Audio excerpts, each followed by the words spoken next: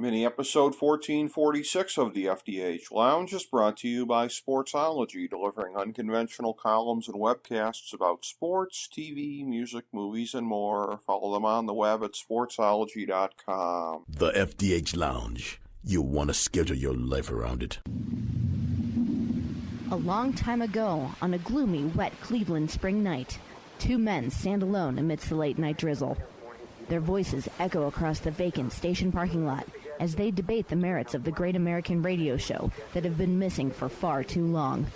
On that night, an idea was born. That idea became the FDH Lounge.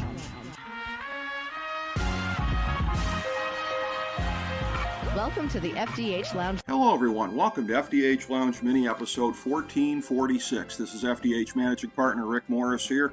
And just like we did for last year's Super Bowl, we got a big treat for you. We are welcoming one of our favorite friends back to the show here to break down Super Bowl 56 between the Rams and the Bengals. And he will, of course, have some particular rooting interest for one of the teams because he himself suited up for one of the teams back in the day. And I speak of our good friend, NFL player / author / motivator, Vernon Turner. And it's our pleasure to get him back on the show. I have to say, he gave one of these real clip and save predictions before the Super Bowl last year, and talking about this and indicating how much the Tampa Bay defense was going to rise to the occasion, and specifically singled out Todd Bowles and said we were going to go away talking about Todd Bowles after this game, which was that was a mouthful when you're talking about somebody going up against Patrick Mahomes. But the game happened, and I'm sitting there, and I'm watching it, and I'm like, I'll be damned, this is playing out exactly like Vernon thought. And I have to say, Vernon, I went to put you over recently on one of our playoff shows here leading up to the Super Bowl. I invoked that, but that moment had to end up on the cutting room floor, because when I was playing it back, I realized that I had a brain fart, and I was referring to Tampa Bay defensive coordinator Todd Haley, not Todd Bowles. So I somehow or another, the two guys on with me didn't call attention to it. So I'm giving you credit for it now, since I didn't get to do it then. But our good friend Vernon Turner, who I love talking about all things football, life, and everything else. Vernon, thank you so much for coming back on, my friend. It's been about a decade or so of doing this with you, and it never gets old, buddy. Hey, thanks for having me, Rick, and it's always a pleasure, an absolute pleasure to chop it up with you, man. Thank you for having me. Oh, really love it, buddy. Really love it. And again, you know, we have a number of very smart football minds in-house here with the show, but again, when it's somebody that's actually played on Sundays, I mean, that is something that really kind of trumps other considerations. The rest of us speak theoretically. You've been there, you've suited up, you've done it, and there was a perfect example last year. I don't remember the exact context, but I was making a point that I'd made previously about when you were playing back in the 90s, early to mid-90s, that, feeling like you were a little bit before your time, because at that time, really, scat backs were marginalized, and even if you had, really good speed, if you didn't have the size, it kind of got held against you. And you kind of made a point about how it was a little bit more complicated than that I thought was really kind of interesting. And yet, I'm sure there's guys that you look at in the game here today, and the guy that kind of jumps to my mind that we're going to be seeing on Sunday is when I see somebody like Cooper Kupp, what he's able to do in the slot. I can only just imagine if you'd gotten put into that kind of role, if you got to work in space as much as that. I wonder if that's ever crossed your mind looking at somebody like him of like, gee, maybe that would have been great. If offenses were more like this in the 90s, that would have been fun to do. Well, I'll tell you what, Rick, it's interesting that you say that is because there's one of my former teammates that I still chop it up with from time to time via social media, and it's become a good friend of mine now, and that is Jim Everett. Mm-hmm. I remember the quarterback for the Rams. Yes. And we would reminisce from time to time. It warmed my heart that he said this, but it's like then I started playing a what if. He was like, man, imagine. I just wish we would have utilized you more out of the backfield and get you in one-on-one situations because you had skills. And what's great about it is that I hold him in high regard.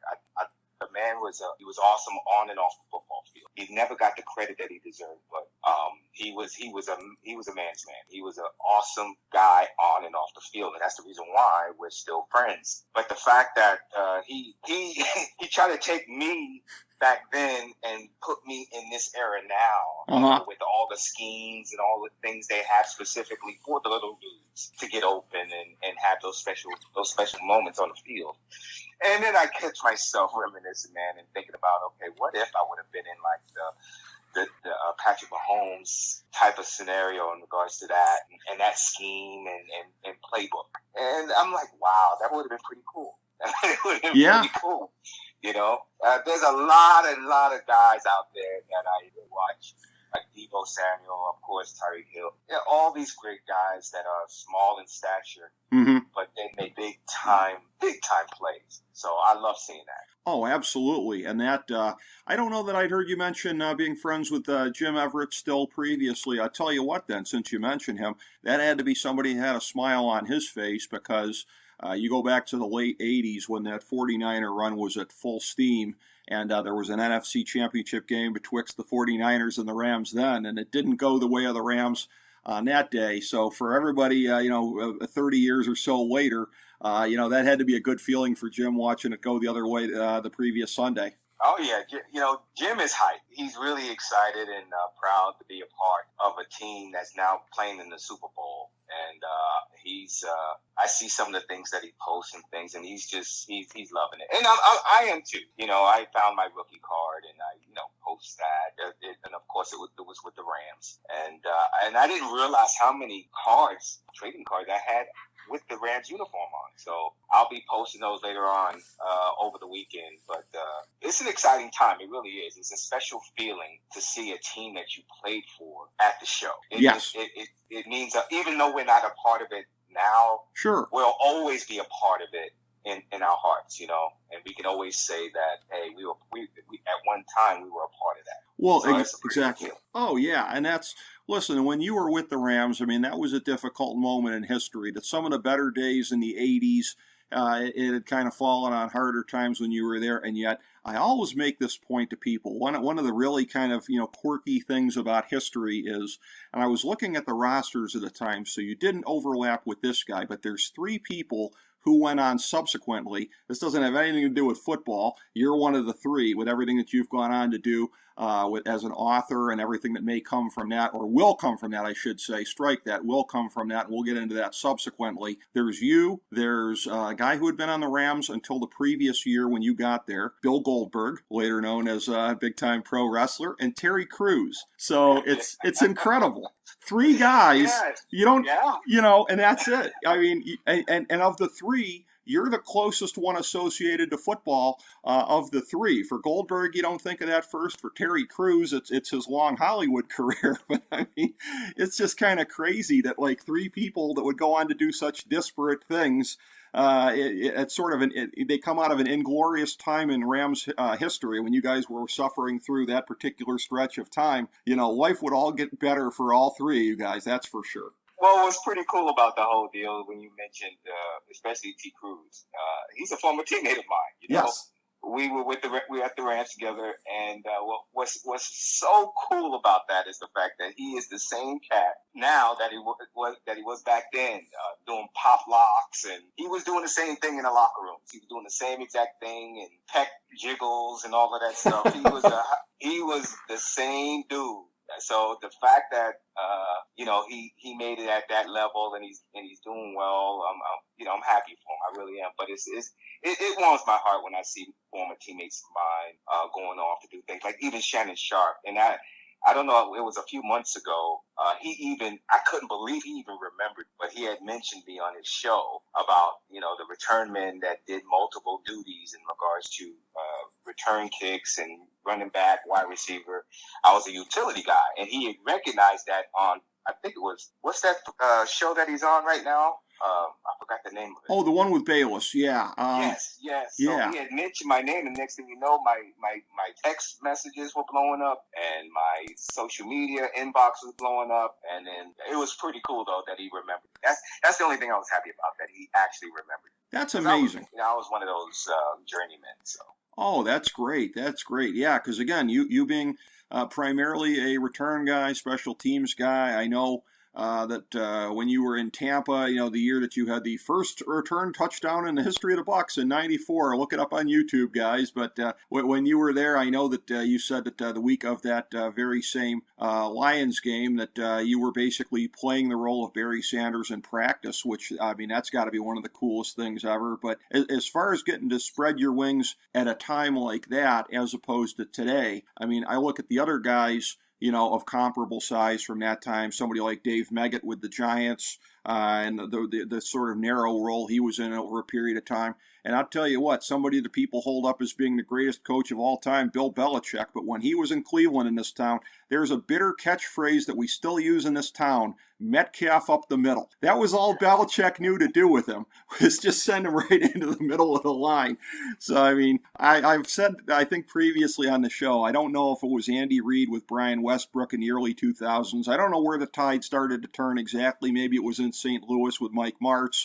But sometime around there, it seems like that was sort of the birth of the modern game a little bit more, because the respect for the smaller guys sort of coincided with, as the spread offenses really started going out there, and, things stopped being a lot less vanilla, and you started working all the Baskin-Robbins flavors into the game, and it actually kind of leads up to where these two offenses are today, because, they both have a tendency to go in very, very exotic ways.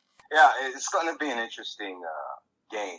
I was sitting here trying to figure out if I can make a prediction in regards to how it's going to actually play out. Now, my Rams are going to win. I mean, they're going to win. But what's interesting is that this young man at the quarterback helm on the other side of that field is a very special young man. Yes. I call him Joe Cool. Yes. And that young man is like, he's very unique in regards to his demeanor, in regards to improvising, in regards to, please underestimate, sure, because I will burn you. Yes. And you gotta. Yes, Jamar Chase, incredible So player. Yeah, that's another special individual. That's another unbelievably special person that he throws to. And what's unique about that whole team is that they're all selfless. Like there are no prima donnas on that team. It's all about the end game. So it's going to come down to who has the ball last. I truly feel it. But at the end of the day, it's going to be my bookends that's going to seal the deal, and that's going to be Aaron Donald and Von Miller. So those two are going to seal the deal. Yeah, I mean, that's a hell of a combo right there. I mean, Von Miller, somewhere on, I'm sure, I'd say the first tier historically of linebackers in the NFL, versus Aaron Donald. The only question is, at this point, if he's the greatest defensive tackle of all time or not. I mean, that's where we're at. Pretty much the consensus best defensive player in the game. I think it's pretty much a consensus that he will be the best player on the field on Sunday. And I have to say, too, I don't have the personal connection that you do in a couple of these ways, NFL-wise, with Vernon, but I have one to this game that's pretty cool to me. And that, me being an Ohio University guy, so, of course, Joe Burrow, the son of our longtime defensive coordinator down there, he played at Athens High School. Athens High School is now Joe Burrow Stadium down in the Plains, Ohio.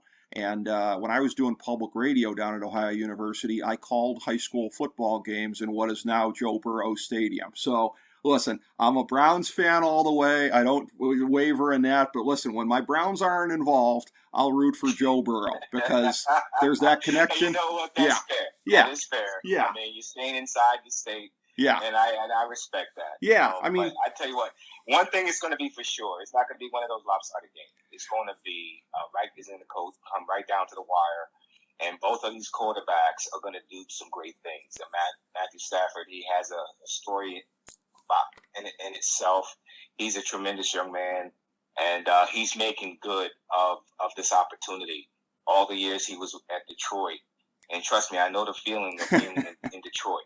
Yep. So for him to have the opportunity to go west and first year out to do what he's doing, it's due. He's due. The young man is due. He's done everything else except for. Did he? I don't know. Did he win an MVP? I'm not sure about No, that. he's not won an MVP, so there is still that yet to come. I'll tell you this, you make an interesting point about Detroit. You know who are, especially if Stafford can win on Sunday, two of the most wistful people in the entire world watching the game will probably be Barry Sanders and Megatron, because there's two guys that could be like, man, what if? What if I'd been sprung from that particular jail? You know what I mean? Matthew Stafford is the test case for a lot of guys whose career went to die in Detroit over the last couple of decades. Yeah, that was the. I'm gonna be honest with you. Anytime I think of Matthew Stafford, I root for him that much more because of what he went through for the majority of his career, where all that he did, and he still couldn't get to that next phase. So having this opportunity to do so, that young man is going to leave it all out on the field. I know that for a fact because of this opportunity that he has. Now, it's crazy, and I think you're right. I believe that the Barry Sanders of the world is looking, and I think out of the two, Megatron and Barry's going to be the one that's going to be more envious of the situation for Matthew, because they let Matthew go. They traded him. Yep. They would not let Barry go. Nope. And Barry wanted to go. So the fact that Matthew got that opportunity to go, that's the thing. That's the one thing that I know Barry wish he could have an opportunity to play a couple more years, at a different place. So overall, though, it's going to be a great game. It really is going to be a great game. Yes, it is. No question about it. And as far as it goes with the matchup there, I tell you, because I've been kind of going back and forth on my thoughts for this game, you actually, in what you were saying there, as much as your pick is going to be the Rams, you actually paint a relatively compelling case for the Bengals in this, in terms of if you think it could come down to the very end, the last possession, whatever, because here's what's making me think it may not come back to that, and I'm going to flash back to the aforementioned prediction you made last year vis-a-vis Todd Bowles and the Tampa Bay defensive line against Kansas City's offensive line coming into this. And I have to say, I mean, it's all the more obvious this year as far as the state of Cincinnati's offensive line, the fact that Burrow got sacked 9 times in the Tennessee game, went on to win, which was just about unprecedented. But then that was Tennessee he was playing and not the Rams. So when we're talking about Donald and Miller and Robinson and everybody that they can unleash in that front seven, do you paint a picture for me on how you think Cincinnati can stay in the game long enough? Because it seems a little bit counterintuitive if you're just looking at the matchup. That's the worst matchup Cincinnati has on either side of the ball by far in the trenches, their offensive line versus the defensive front seven on the other side. Well, the thing of it is that their scheme, their offensive scheme, they got to get, number one, they got to get the ball out of Joe's hand. Mm-hmm. They got to have a short to mid-range scheme to where he can release that ball. Now, once that happens, Jamar Chase is going to find somebody that's lazy. I wouldn't say lazy, but Jamar Chase is going to be feeling out the people on the other side, and he's going to go back to Joe, and he's going to say, "I got him on this route." Okay, it's going to be a on the fly type of deal, and that's what makes the Bengals so dangerous, because these cats, they can improvise better than anyone that I've seen. They can improvise. So if they got, and then that's the thing, that's what's going to make this thing so exciting, because Von Miller and Aaron Donald, especially Von is one of them type of dudes that plays a mind game with the offensive line. The offensive line will think, "Oh yeah, I got him. Play after play after play after play." But when that play comes, when Von says, "Okay, playtime's over," when he has to make it, he makes it every time. And that's what, if you look at the last game that they played, I think they did play the Buccaneers. I was watching that game, and it was needed. We needed to get to Tom. I said, "Von, flip the switch, baby, right now." And I'll be darned, he was the one that made the last sack. I mean, he just knows, and he lulls these offensive linemen to a false sense of security. That's the reason why I think that if Joe is not careful, he's gonna be another victim of that. But at the end of the day, it's gonna be a fantastic game because I honestly think they're going to come up with a play action, short to mid range, and then they're going to improvise on who they can target specifically in that defensive backfield to go deep. So it's going to be watch what I'm saying. Watch what happens. So it's going to be a very, very fun game to watch. Oh, absolutely. And listen, Chase might only be a rookie, but as much as everybody's saying, and I think it is the marquee matchup of the Super Bowl one-on-one, Jamar Chase versus Jalen Ramsey, I absolutely think he can take Jalen Ramsey. That's a matchup that, I mean, I wouldn't say it's necessarily in Cincinnati's favor, but it's one because it's asking a lot for it to be in their favor. But I think he can have his moments. And at the very least, even if he's keeping him occupied, I think T. Higgins is going to have a big game on the other side of the field as well, if that's going to be the case. And Von Miller, it's an interesting thing. There were kind of some questions about him before he got to L.A. in terms of what he had left. This is a guy who's had some injuries and everything like that. But I was joking the other day with a friend of mine about that old, I think it's a Travis Tritt lyric. We were talking about Kevin Love with my beloved Cleveland Cavaliers and seeing him thrive this year in the right situation and the right minutes that he's getting. I ain't as good as I once was. I'm as good once as I ever was. I think we're going to see that from Von Miller on Sunday. Yeah, I honestly feel that Von knows that this is a moment. This is a moment that all the doubters, all the naysayers, all the question marks of this guy's productivity and what he has left in the tank, he's going to put an exclamation point on that, and he's going to seal it. And the thing of it is that, Aaron Donald is Aaron Donald. He's going to do his thing. He's going to get his. Yeah. But what's going to be interesting is the fact that, and to circle back to what you were talking about in regards to Jamar Chase and Jalen Ramsey, that's a mismatch. Jamar Chase will one-on-one eat him for lunch. I'm just keeping it real. Okay. No, I'm just keeping it real. He's going to eat him for lunch. But and trust me, don't get the game twisted. The defensive coordinator is aware of that, so they're going to bracket him. They're not going to just have him stone one-on-one Jalen Ramsey versus Jamar Chase. That's not going to happen. Mm-hmm. Or they're going to disguise it to make it look like that, but they're going to over-the-top bracket him every time. Okay. Because, they have to. Jalen Ramsey can't cover that young man one-on-one. He can't do that. Listen, I'll be watching for that, man. That's a heck of a prediction right there. That's a clip and save right alongside what you said about Todd Bowles last year, and that was absolutely correct. So there's no reason not to believe what you're saying there. I appreciate the boldness, because again, there's a lot of talented players out there on both sides, and when you talk about the scheming, for me, what Cincinnati did in the AFC Championship game, I mean, I think people might be scratching their head 100 years from now about that because if you look at it, I don't know. Did you see the prediction that I made in regards to that game? Oh yeah, I picked Cincy. Yeah. Okay. But how they did it? How? What?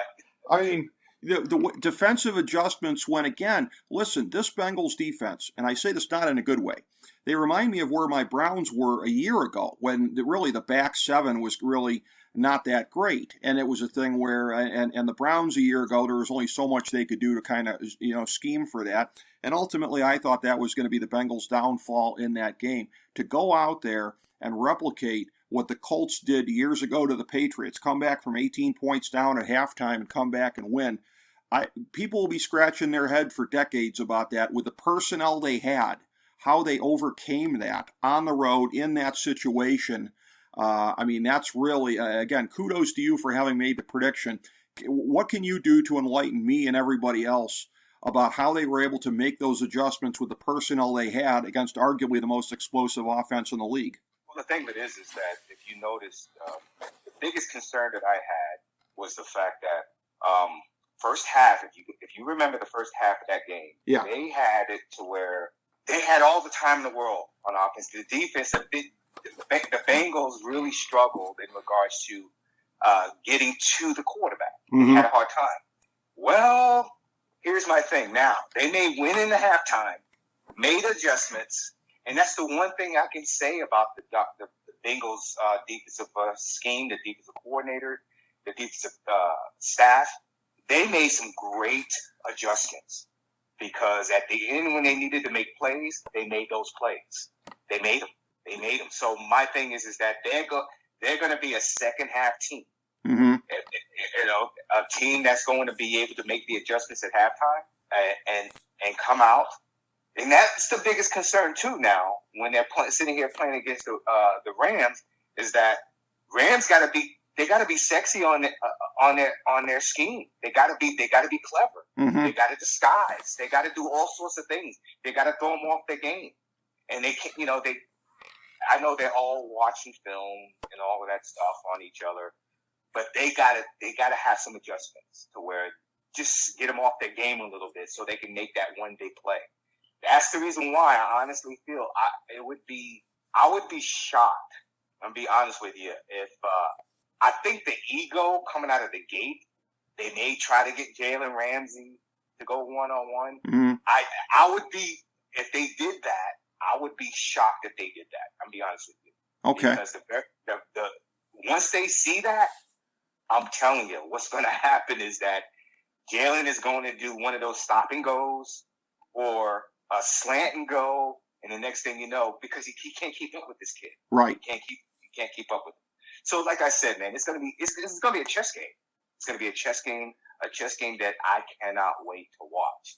And the only time I really watch football, I do watch my Jets because I'll always watch the Jets because of my dad. God rest his soul. Sure. But the playoffs and this moment right here, this is what it's all about. This is what it's all about. You're going to get the best of the best. You are going to get the best of the best. But by the way, quick side note on this first ever matchup of the 4 seeds in the Super Bowl. It is a year where, again, things were crazy. We talked about this on the show during the season, that on a gut level, this almost felt more like what the pandemic season of 2020 was supposed to feel like. This season actually felt more disjointed. So maybe 4 seed doesn't mean as much because a lot of teams were just up and down, up and down, up and down. But on a gut level, I don't look at this like, oh, these are slam dunk the 2 best teams in football. I mean, they might be, but I don't have that slam dunk feeling as I might in some years. How do you look at it? Well, if you look at the entire season, it was all over the place. Right. It's like it was a gambler's nightmare. Yes. It truly was, because at any given week, someone would lose. I mean, it was a hot mess when it came to that. And you know what? In a way, that's pretty cool. I like that. Yeah. I love that, to be honest with you. To really not know who's going to win a doggone game and go in, or when you honestly think a certain team is going to win and they end up losing. I mean, that's what it's all about. It's any given Sunday. And not to mention, you got to remember now, this was the first year that they added that extra game. Yes. It's a 17-week game. So believe it or not, it does take a toll. It really does. Sure. So that probably made a difference as well. And it's I don't know, it's a different type of year because of all the uncertainty with the pandemic and everything that's been going on and the protocols and stuff. It threw a monkey wrench. But the thing of it is that it threw a monkey wrench for everyone, not just for one team or the other. So they were all playing on the same playing field. That's true. That's a good point. Yeah. So I mean, that excuse is out the window because everybody had to go through it.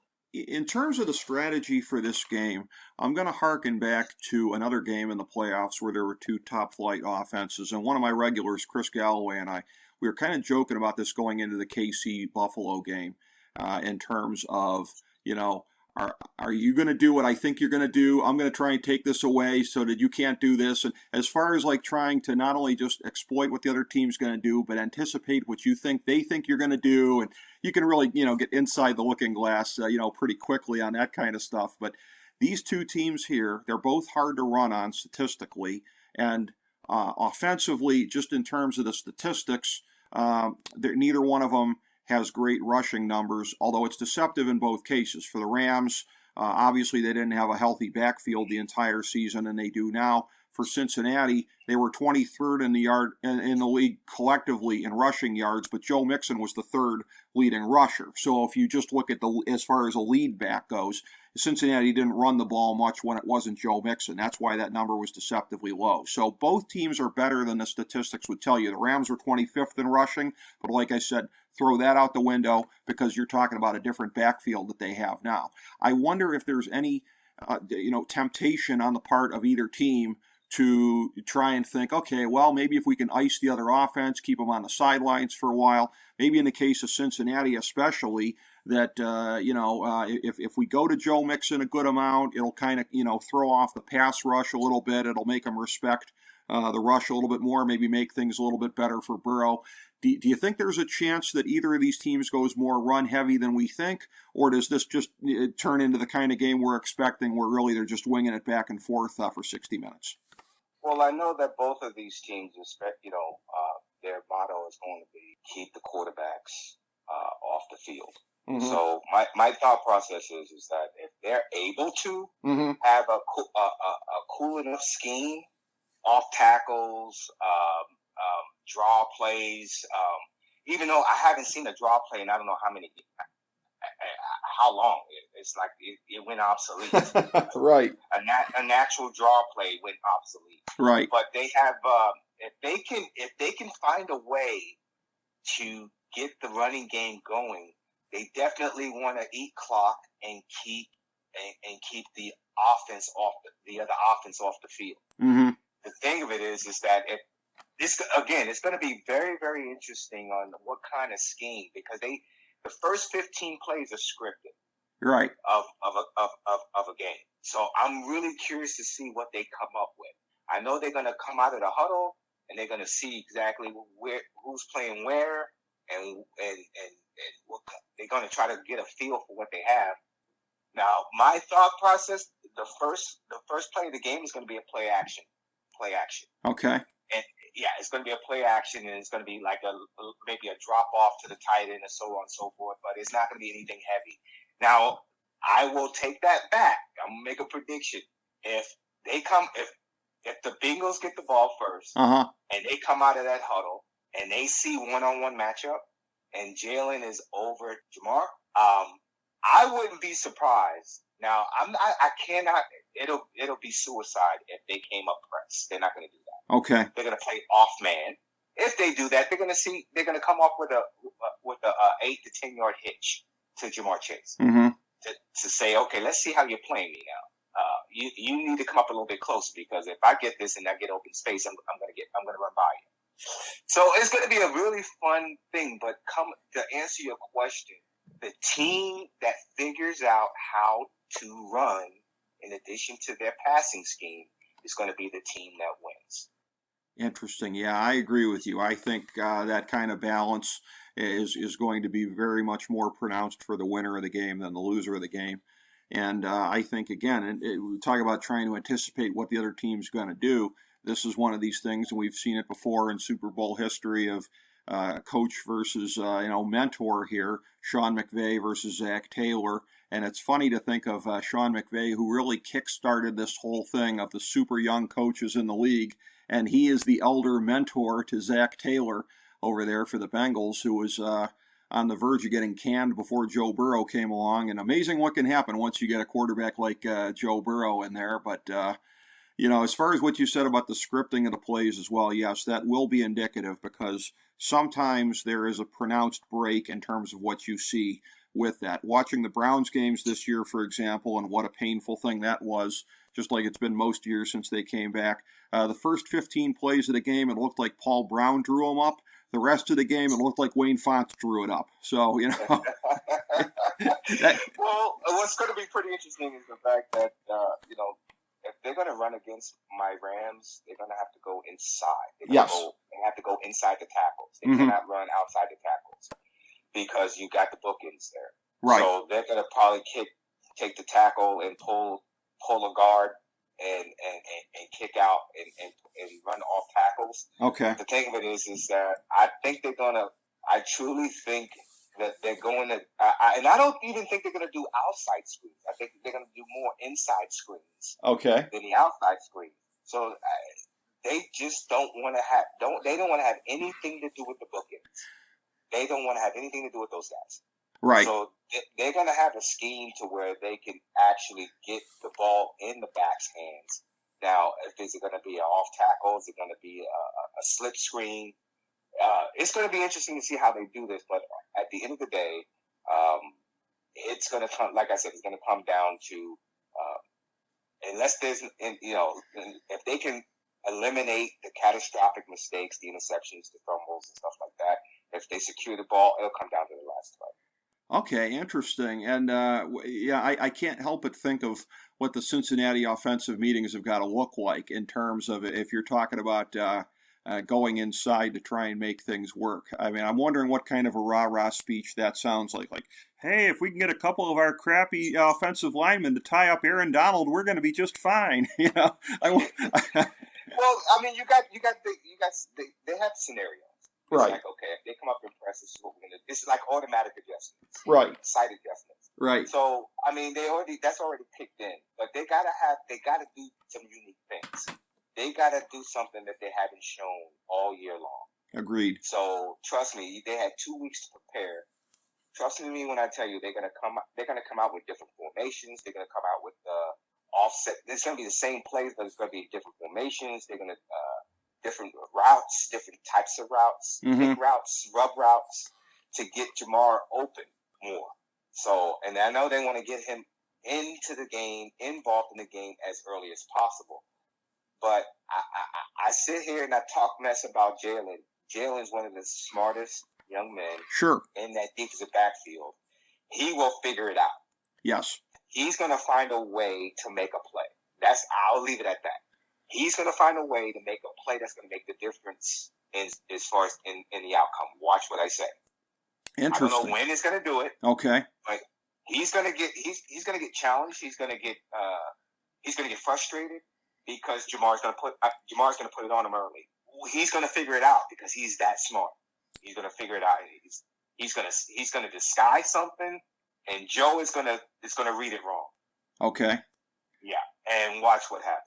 Well, yeah, and that's the kind of thing that can obviously happen once, the team's got a lot of pressure coming on you. And again, we would all be fools not to expect maximum pressure and a lot of uncomfortable moments in the pocket for Joe Burrow. And again, this will have a chance. This will be something here for a guy who 2 years ago led his team to the national championship, LSU, getting it done there and coming in as quickly as he has with the Bengals and taking a team with their level of historic futility all the way this far, a chance to really, really cement a legend if he can do this. My sense in all of this is that, again, and as much as I root for Joe Burrow personally because of the Athens, Ohio connection, that I think they're going to get in a hole from the pressure and everything early on. Like you said, they're very good at making adjustments, but I think unlike the Kansas City game, I don't think they'll fall as far behind as they did in the AFC Championship game, but I think the hole is going to be too deep. I will say Rams 31-24. I know you've already indicated Rams here. Wondering what kind of a game, if you think it's going to be very high scoring, medium scoring. I think I can rule out you predicting low scoring. No. I tell you what, contrary to what I think the defenses are going to do, I honestly feel that their schemes are going to be so hard to read and catch on both sides that they're going to go back and forth. They're going to go tit for tat, and it's going to go. I call it 31-27. Okay. Oh, I was close. 31-24. I call it 31-27. Interesting. All right, so we're very close on that. Yeah, and that's how I see it playing out. Unsurprising, I guess, in the course of the conversation that it would end up being relatively close together on our predictions like that. And of course, as I had teased earlier, and as folks have come to expect, because there have been many times on the show where this has maybe been more so the focus of our conversation than anything on the field here, is everything with your writing and what has come out of it, that in your years in retirement in the game and working in business, subsequently telling the amazing story that you had been carrying around yourself all those years, that leading to the book, The Next Level, a game I had to play, which I can see here on Amazon. We are only about 5 weeks out from the 10-year anniversary of, so that's truly incredible in the way that it's kind of taken on a life of its own and really been a launch for everything else that you've wanted to do subsequently, and that just keeps getting bigger and better, Vernon. Well, yeah, for the amount of time that it took me to get the courage to write that first book, and then everything that led on after the release of the book, getting an opportunity to meet some amazing people, and it now being a product of in pre-production of a featured film. It's crazy. It really is. It's a head scratcher, you know. And the pandemic hits, and then we get all sorts of obstacles. And the way I'm built, I can't let anything defeat me in regards to production wise. So what do I do during the pandemic? I write 2 more books. Mm-hmm. Incredible. I wrote a self-help book, and it's titled Beyond the Limits: Finding My Purpose. And then I'm raising my 7-year-old son, and every night he has to read to me. And he's sitting there and he's reading this book next to me. And there's a character inside the book, and he was asking me questions about it. And I'm like, this kid, he's like a little sponge. So I don't know, with everything that's going on with our world today, I was staring at him, and he inspired me. Long story short, I ended up writing a children's book, and that's called The First for Those Who Look Like Me. So I took 25 influential people of color and highlighted that they were the first to do what they do in their field as a person of color. And it became an unbelievably special project for me for so many reasons. But I had the manuscript, and I had my son read it, and he was just, I couldn't believe that he understood what the heck he was reading at. He's 7 years old. And he was of course there were words and things that he wanted to get the meaning of, but for the most part, this young man was glued to the book. So I'm very proud of that. They have not been released yet. Mm-hmm. And they will be released once we get further along with the film project. And so I'm really excited for 2022. There's going to be some special things to happen. And if you want me to share, and I don't have a problem, I think, prior to coming on air. Sure. I did share with you that we just got greenlit with the NFL in regards to they'll be doing a feature on my life story on NFL Films, and it'll be airing either just late August or the first week of September is going to air. So I'm really excited about that, to be a part of the NFL family and have them be a part of mine in regards to my afterlife of the NFL. So that's going to be a very, very, very special project for myself and my family. I was very honored talking to you prior to air when you said that. I mean, I was basically getting the news, right as you had gotten it here, and to have been in the position to have heard that that early, that immediately from you. That's a tremendous honor, and I have to say again, as far as your writing goes, anything that's predicated on a number, Vernon, be it 25 or 75, as long as it ends in a 5, buddy, it's a sign of quality. I tell you, man, I look back at my entire journey up till now, and I look back and I reflect, and I still scratch my head. I'm so blessed to have opportunities that I've been that was given to me. And I just want to make sure that I utilize all the tools that has been given to me, because at the end of the day, when it's time for me to go, I want to stand before God, and I want to say, I've utilized every tool you put in my pocket, and I have nothing left to give. That's where I want to be at the end of the day. So that's what I'm working towards. Yes, absolutely, and everything like that, and again, something that you and I both know, from everything we've gone through, as well as far as the things you with your mother and me with mine. That motivation now of you live your life in such a way, when that time comes, boom, going to see your mom again. You and I both understand what that's like, too. I have to look forward to.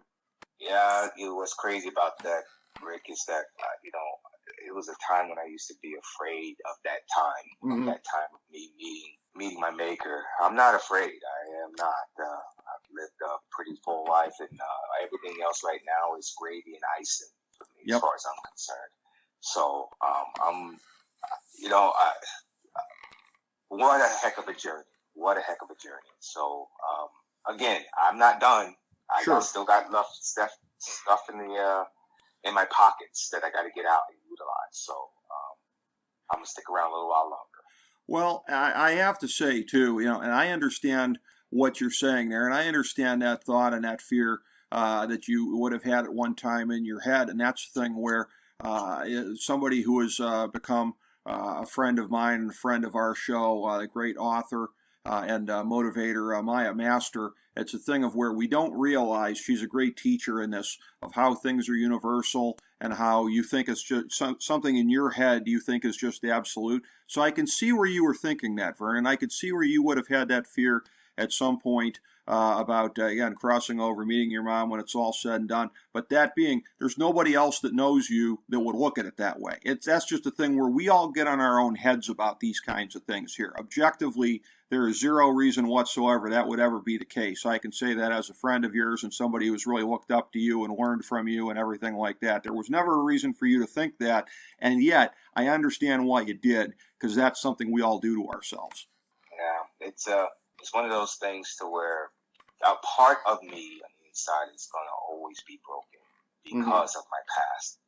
But I never allowed that to stop my forward movement of the reason why I'm on this earth.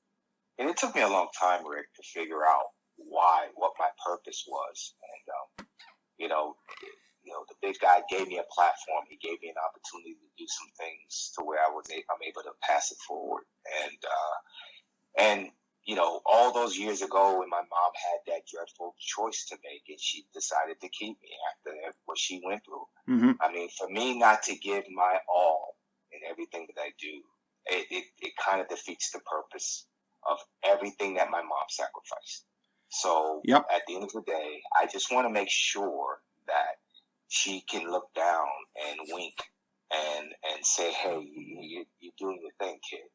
And that's what I'm hoping. And my dad, too. Yes. He's an amazing. They have probably the best love story you will ever see on the big screen. And when that time comes, you guys will see you'll know. Once you see, you'll say, yeah, V, you're right. You're right. So absolutely, there's a lot of things to look forward to there. Oh, there's a lot of things, buddy, and that's the thing too of where these cycles of life here now of you go from you having been the son to you now being the parent. I will say, when I see on Facebook there, when you post the pictures with you and your son, I always smile to see it because, you're living out this cycle, this generation, the way that you would want to. The boy clearly doesn't lack for anything. He's got a wonderful home that you're providing there. I just smile when I see the amount of, love that's present in that. And again, you've got a quote on your page here, right at the top of the page, on the homepage at VernonTurner.com. You use this quote an awful lot from Mark Twain. The two most important moments in your life: first is when you're born. The second one is when you find out why you're born. And this journey you've been on, Vernon, it's really been one. It's been fascinating and basically it's certainly very inspiring to everybody who has seen it. You have gone through that journey. You discovered why you were born, and I look forward to seeing it play out here as you get to share this story now ever more widely with the world. We are on the verge of that being the case here in the time to come, and I'm really looking forward to it from your perspective because I think that is going to give you even more peace and fulfillment, even as some aspects of it will be difficult for you. It will, but the one thing I realized, Rick, is it's not even about me anymore. It's way above me. So that's what gives me the strength and the courage to follow through with everything that I'm doing. So as long as it'll never be about me, and I won't allow it to be about me. And because there's so many people out there that's gonna hopefully it'll have an impact on a whole bunch of people out there once they see the journey and the choices that are made, the good and the bad. So. It's one heck of a thing that I can. The word legacy means more to me than what people think. Yes.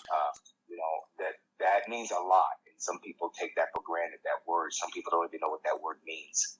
But how would I be remembered when I'm gone?